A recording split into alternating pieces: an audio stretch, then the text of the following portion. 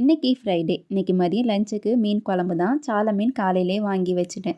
நேற்று நைட்டு சந்தையிலேருந்து காய்கறி வாங்கிட்டு வந்திருந்தாங்க. அதை நேற்று நைட்டு ஒவ்வரிக்கு போனதுனால எடுத்து வைக்க முடியல. இன்னைக்கு காலையில் தான் எடுத்து வச்சுட்டு இருந்தேன். காய்கறி கூடையில் நியூஸ் பேப்பர் போட்டு தான் காய்கறி எடுத்து வைப்பேன். அந்த நியூஸ் பேப்பரை 2 வாரத்துக்கு ஒரு தடவை மாற்றிடுவேன்.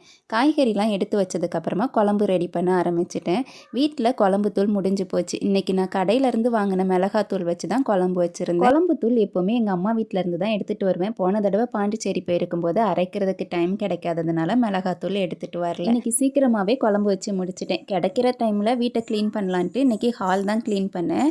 மொத்தமாக வீடு ஃபுல்லாக நான் க்ளீன் பண்ண மாட்டேன். ஒரு நாள் ஹால் க்ளீன் பண்ணுவேன், ஒரு நாள் ரூம் க்ளீன் பண்ணுவேன், ஒரு நாள் கிச்சன் க்ளீன் பண்ணுவேன். இப்படி க்ளீன் பண்ணுறதுனால நம்மளுக்கு கொஞ்சம் ஈஸியாக இருக்கும். இன்றைக்கி நைட்டு பாப்பாவுடைய ஸ்கூலில் ஆனுவல் டே ப்ரோக்ராம் இருந்தது. அதை பார்க்குறதுக்காக போயிருந்தோம். இங்கே லைட்லாம் போட்டு ரொம்பவே சூப்பராக டெக்கரேஷன் பண்ணியிருந்தாங்க. கொஞ்ச நேரம் ப்ரோக்ராம் பார்த்துட்டு அந்த லைட் டெக்கரேஷன்லாம் பார்த்துட்டு வீட்டுக்கு வந்துட்டோம்.